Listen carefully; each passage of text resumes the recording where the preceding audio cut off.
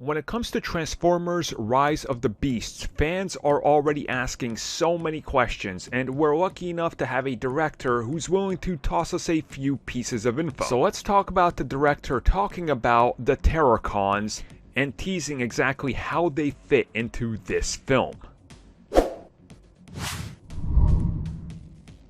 So if you are new to the Transformers mythos, or maybe you've only seen the movies, there's probably a lot of questions you have, and there is a lot to cover, and I mean a lot. Some people will ask, where should I start?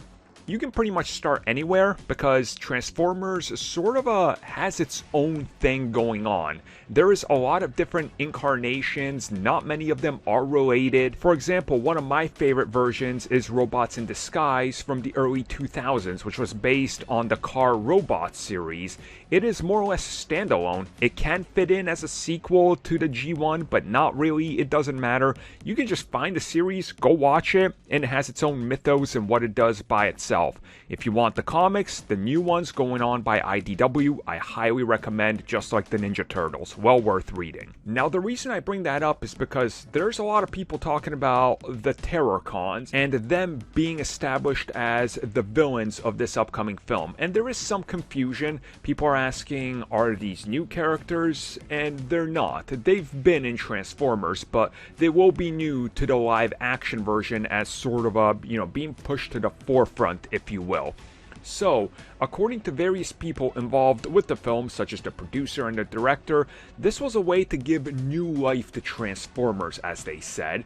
And when they said that they approached these Terrorcons with the director, there was a specific goal in mind, and that's to give the film a new flair to this whole thing.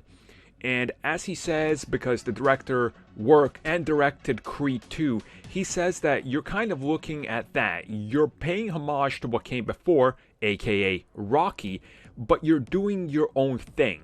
You're going big in a different direction. You're taking a corner of that world and doing your own thing on it. And when they approached it that way, they looked at the Maximals, the Predacons, the Autobots, the Decepticons, and figured we can do something else here as well that doesn't necessarily step all over or completely erase what was done before.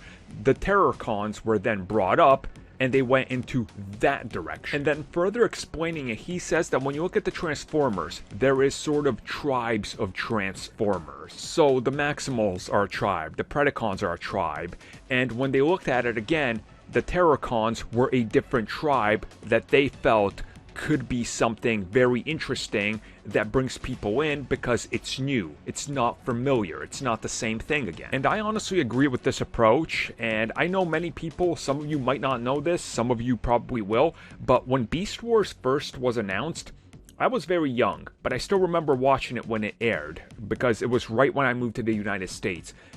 All hardcore Transformer fans at that time, at my local shop and stuff, hated it. They were disgusted by it because it wasn't Transformers. They were even starting petitions to send because it was not my Transformers or whatever it was. It was too long ago, but it was a thing that used to happen back then as well. So, them approaching it this way by announcing something new where some people are kind of confused and concerned and some people are already voicing their displeasure in regards to this film, well, that's just part for the course for Beast Wars getting added to Transformers mythology, because that's how it was back in the day.